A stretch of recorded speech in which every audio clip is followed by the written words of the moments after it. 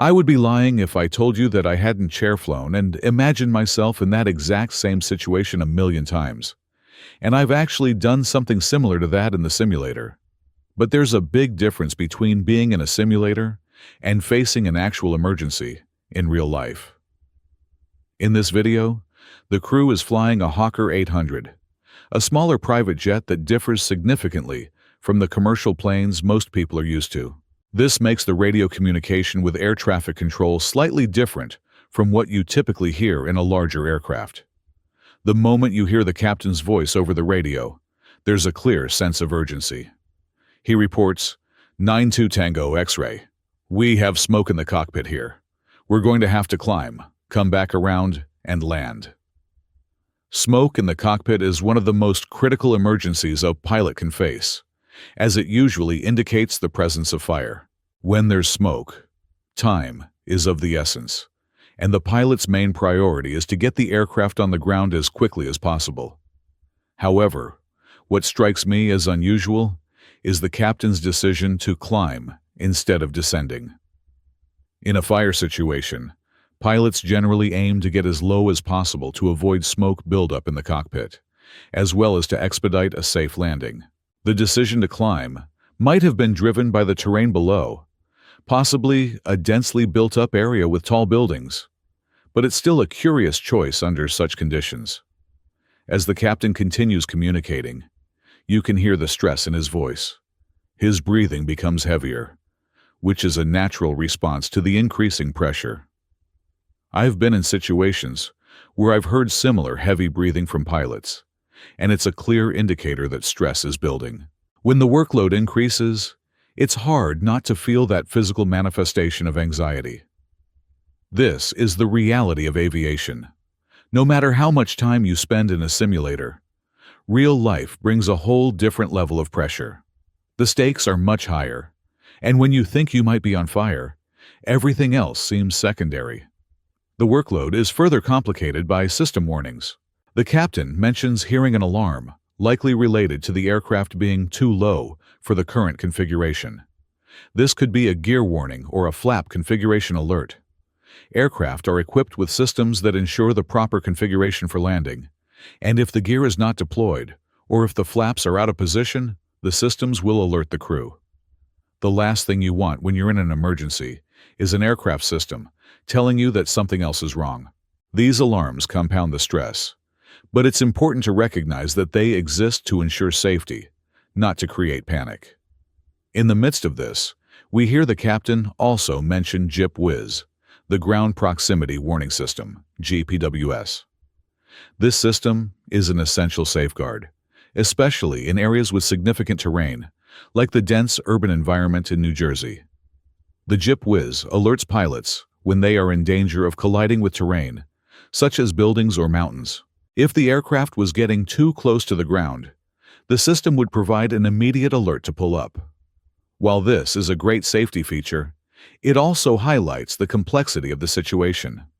The pilot must now manage multiple warnings: fire in the cockpit, a potential terrain collision, and the stress of controlling the aircraft in such a high-pressure moment. As all of this unfolds, passengers in the cabin might also be hearing the alarms, and that could add a layer of fear. On smaller jets, passengers can often hear the cockpit communications and the warnings, which can be unsettling. But it's important to remember that these systems are designed to give the pilots time to react and avoid disaster. The alarm isn't a guarantee that a collision will happen. It's a call to action, a reminder that immediate correction is needed. This scenario brings to mind some of the most well-known aviation accidents, such as Swissair Flight 111, where fire in the cockpit led to a catastrophic loss of control. The fire, coupled with an inability to land safely, sealed the fate of the flight.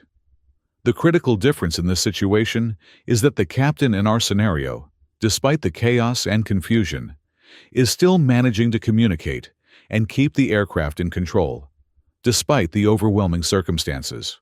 This shows the importance of staying calm, managing workload, and relying on the safety systems on board, which have been designed precisely for moments like these. Real-life emergencies bring a level of unpredictability that simulators can't replicate. But by understanding the systems, the decisions made, and the emotional impact on the pilots, we can better appreciate the challenges they face in such critical moments. In aviation, it's not just about technical skills. It's about managing stress, making split-second decisions, and trusting in both your training and the systems designed to keep you safe. In this particular emergency, one advantage the pilots have is the airflow within the aircraft. The smoke filling the flight deck has a place to go, out of the flight deck, thanks to the natural flow of air. This is crucial because if the smoke stays inside the cockpit, it could severely hinder visibility, making it difficult for the pilots to land safely. While smoke inhalation is certainly dangerous for passengers, it's not their responsibility to land the plane.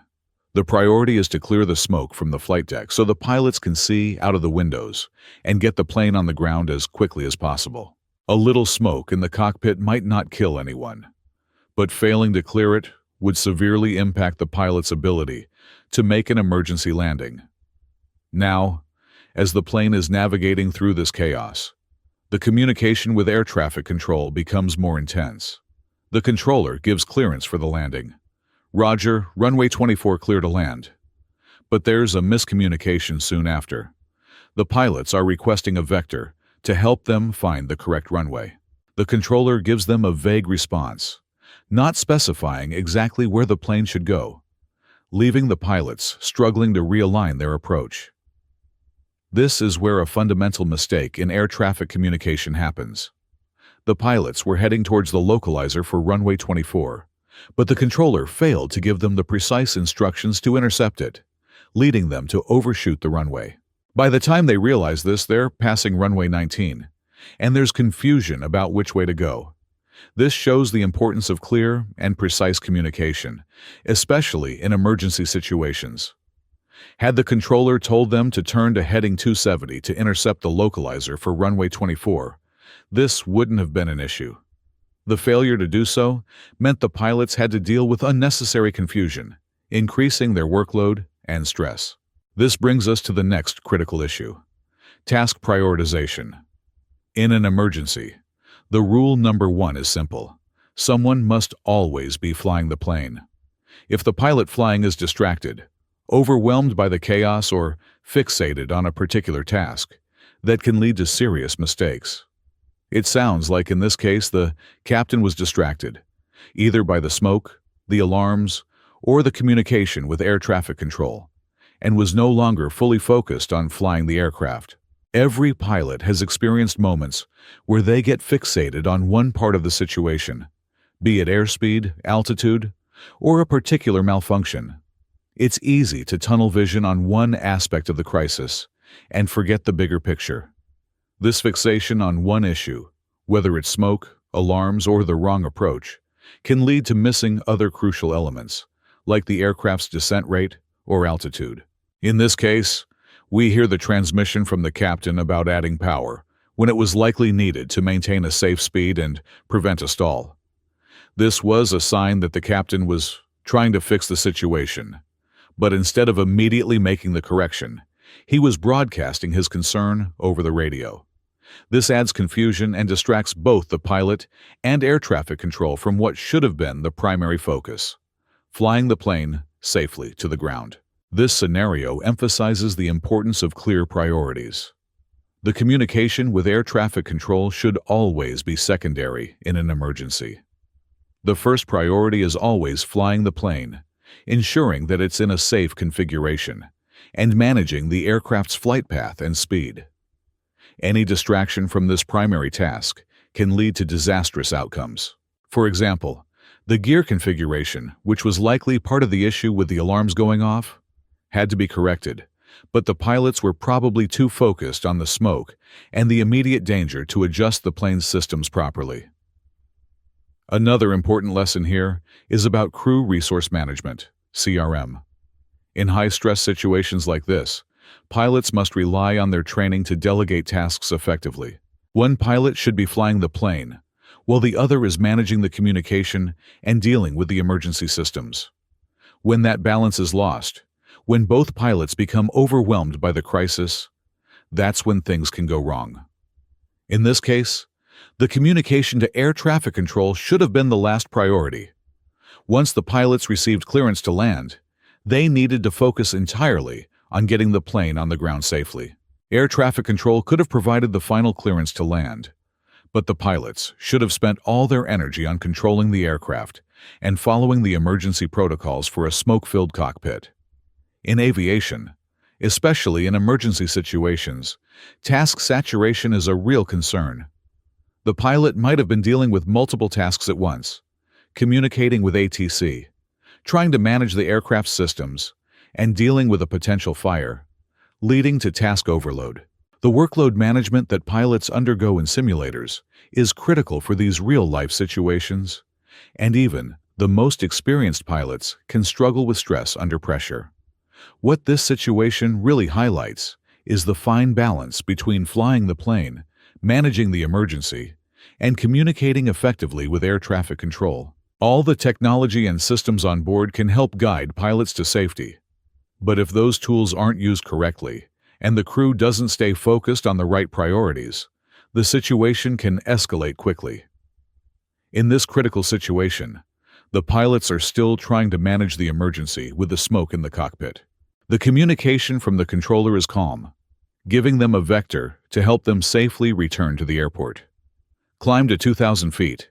Can I give you 1,500 for now? This decision to keep climbing is puzzling because in a smoke emergency, getting to the ground as quickly as possible is typically the top priority. While the climb might have been a strategic move to avoid terrain or to gain some altitude to clear the smoke, it's not the most standard procedure. Normally, when you're dealing with smoke, you want to clear the cabin and get to the ground immediately, as quickly as possible. The climb could indicate that the crew was trying to buy time, or perhaps manage the aircraft's position in the sky while figuring out the next steps. Looking at the weather reports, we see clear skies with light winds in one instance, and light snow with freezing fog in another. The freezing fog would certainly make landing more challenging, even under normal circumstances. Add to that the stress of managing smoke and potential fire, and it's no wonder the pilots are finding it difficult to focus solely on the flight controls. In the absence of auto-landing features, which this aircraft probably doesn't have, the pilots are trying to ensure a safe landing in conditions that are rapidly deteriorating. What's especially strange is the pilot's voice. It doesn't sound like the oxygen mask has been put on, which is one of the first steps pilots are trained to take in the event of smoke in the cockpit. The oxygen mask serves two purposes: providing fresh air to help the crew breathe and reducing the risk of inhaling toxic smoke. Without it, the situation could become much more dangerous, as inhaling the wrong kind of smoke could be fatal with just one breath. In most aircraft, putting on the oxygen mask and establishing communication with the team is considered step one in an emergency.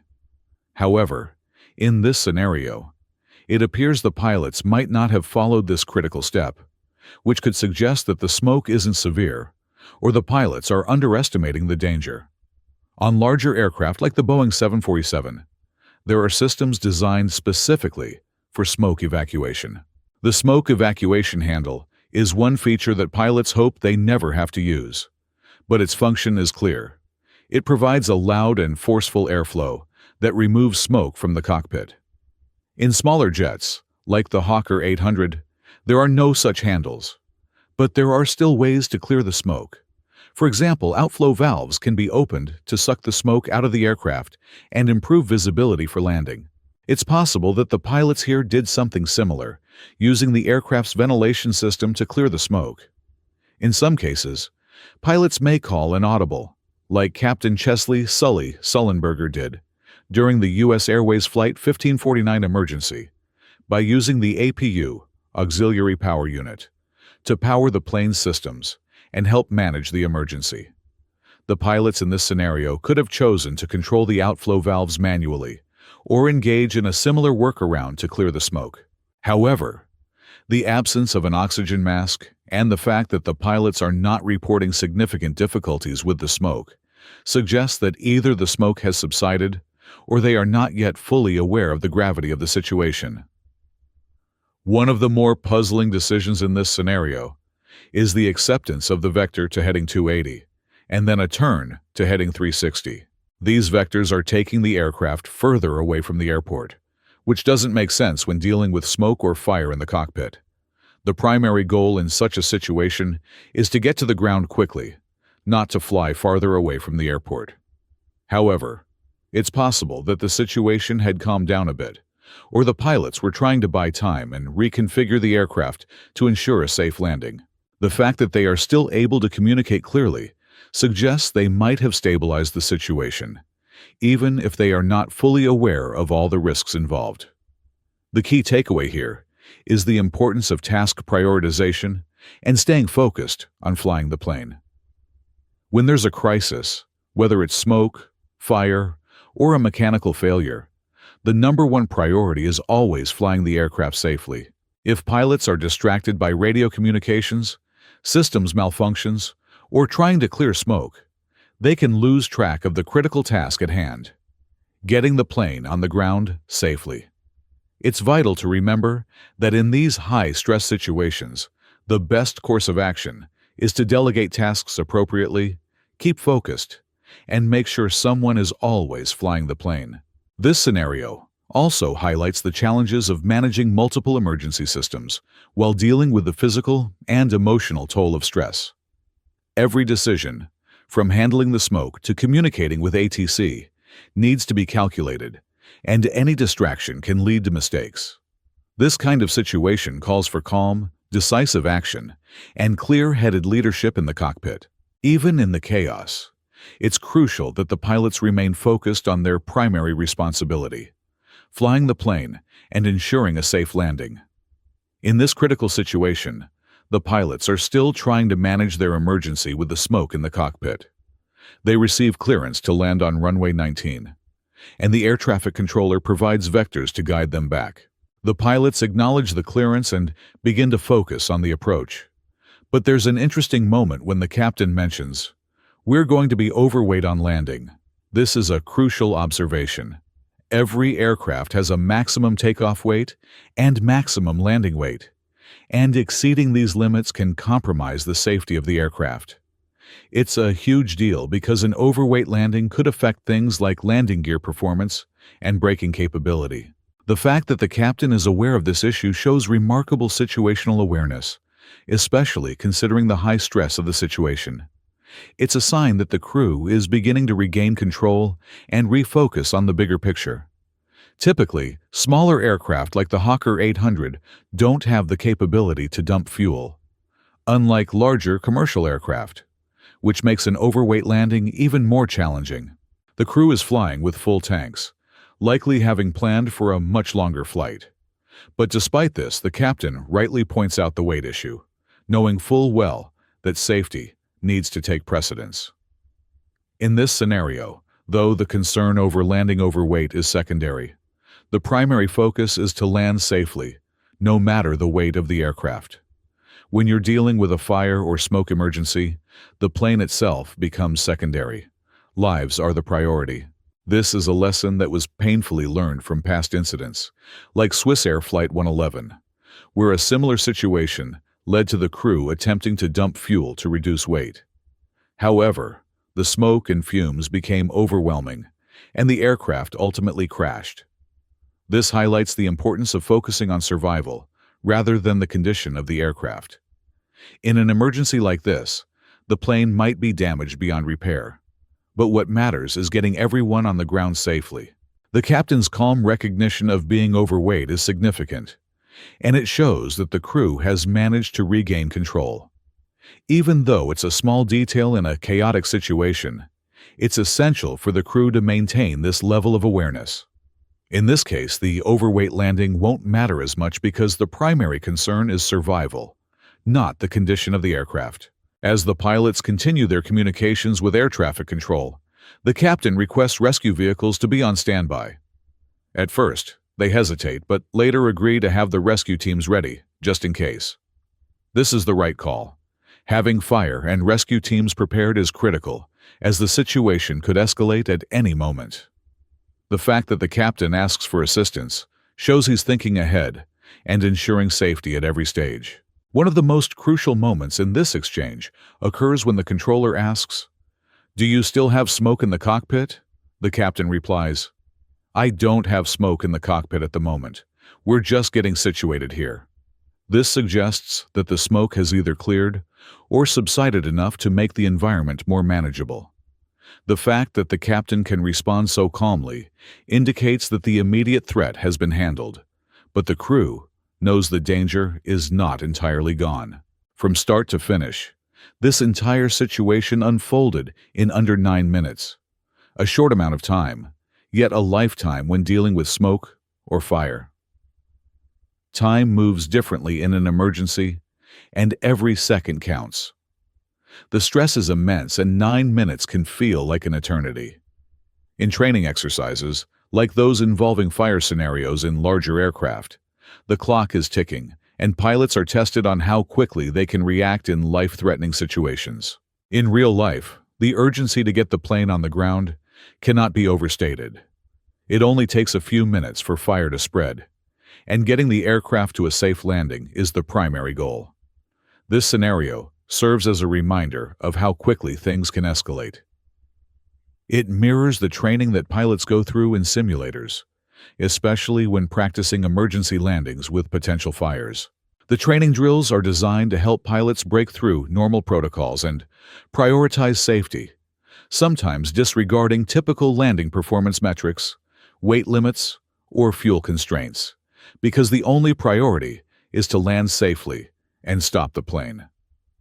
The captain's actions throughout this emergency highlight several important lessons. Situational awareness is critical, even in the most chaotic circumstances. Understanding the aircraft's limitations, like the overweight landing situation, is vital for making sound decisions under pressure.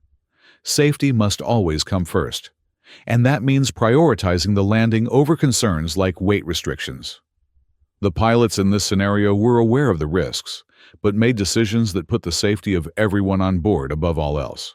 Communication with air traffic control remained strong, but the pilots knew that their focus had to be on flying the aircraft safely, making the right corrections, and managing the emergency to the best of their ability. Despite the chaos, the crew kept their heads in the game, ensuring that their primary responsibility, flying the plane safely, was always at the forefront of their actions. In a situation like this, the most important thing is to get the plane on the ground safely and stay alive. If I were in the pilot's seat, the first thing I would do is put on my oxygen mask. Breathing is essential, and in a smoke-filled cockpit, there's no time to waste. After that, as I'm coming up on the base leg for runway 24, the runway I've been cleared for, I would load up the approach for that runway. Once it's armed, the plane would automatically capture the glide slope and start its descent, even if I were unconscious.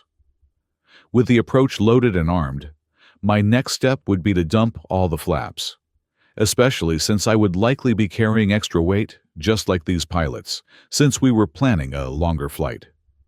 Next, I would set the speed to what I estimate would be appropriate for the aircraft's weight and configuration, put the landing gear down, and engage the auto brakes to max. The reason I would choose max auto brakes instead of auto brakes 2 or 3 is because I want the plane to stop as quickly as possible.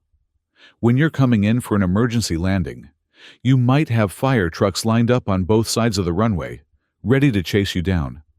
If you're not stopping fast enough, they'll be playing catch-up, having to chase you down the runway. Using max auto brakes ensures that the plane stops sooner, giving the firefighters a chance to reach the plane and safely extract passengers before things escalate further. This is especially important if I'm not conscious. There could be a fire in the cockpit, or the smoke might be so thick that I can't see anything. I wouldn't be able to control the plane, but by arming the approach, lowering the gear, and setting the flaps, I'm giving the plane the best chance of landing automatically. I'm delegating everything to the plane, trusting that it will follow the approach, land safely, and stop. Once that happens, the job is to get off the plane quickly, or hopefully, have the firefighters get there and help with the evacuation. The real goal is survival, and arming the plane with the right settings gives the best possible chance of making that happen. If the fire or smoke overwhelms me, at least I know the plane will still make it to the runway and stop.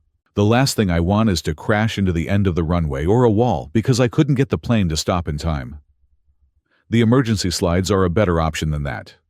Now, I know this might sound overly cautious, but as they say, everyone has a plan until they get punched in the mouth. This is what I would do in hindsight, but that's also part of being a pilot, planning for the worst while hoping it never happens. In this case, the pilots did a great job. They got the plane on the ground in 9 minutes, managed to clear the smoke, and got everyone to safety. That's the real measure of success. Looking back, I'm sure they'll replay the events in their minds, questioning the decisions they made and wondering if they could have done anything differently. But pilots are inherently self-critical. Most are Type A personalities who are always striving to be better. So, I have no doubt that this experience will make them even better pilots in the future, should they ever face an emergency again. At the end of the day, the results matter. They managed to keep themselves and everyone else alive, and that's what counts. I hope one day I get to fly in a Hawker 800, but hopefully it'll be just for fun and not because I need it for an emergency landing. Until then, keep that blue side up.